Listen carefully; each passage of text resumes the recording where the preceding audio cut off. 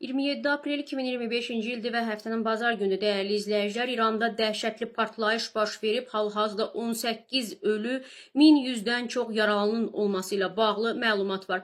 İranın cənubundakı Bəndər Abbas şəhərinin Şəhid Rəcai dəniz limanında baş verən partlayış nəticəsində ölənlərin və yaralıların sayı artıb. Hadisə nəticəsində 18 nəfər həlak olub, 1139 nəfər isə xəsarət alıb. Qeyd edilir ki, partlayışın dalğası çox güclü olub və limandakı əksər binalara, eləcə də avtomobillərə çox ciddi ziyan dəyib. Və təbii ki, bunun səbəbləri ilə bağlı da artıq açıqlamalar gəlməkdədir. Nəyə görə baş verib, səbəbi nədir? İranın Şəhid Rəcai limanında partlayışa bərk raket yanacağında istifadə edilən natrium perklorat səbəb olub. Bu barədə New York Times Sepahla əlaqəsi olan mənbəyə istinadən məlumat yayıb. Və partlayışın necə baş verməsi ilə bağlı heç bir məlumat verilməyib, amma qeyd olunur ki, səbəb məhz bu maddədir və qeyd edək ki, hal-hazırda bu partlayışın səbəbləri ilə bağlı ciddi araşdırma aparılır, dəyərli izləyicilər.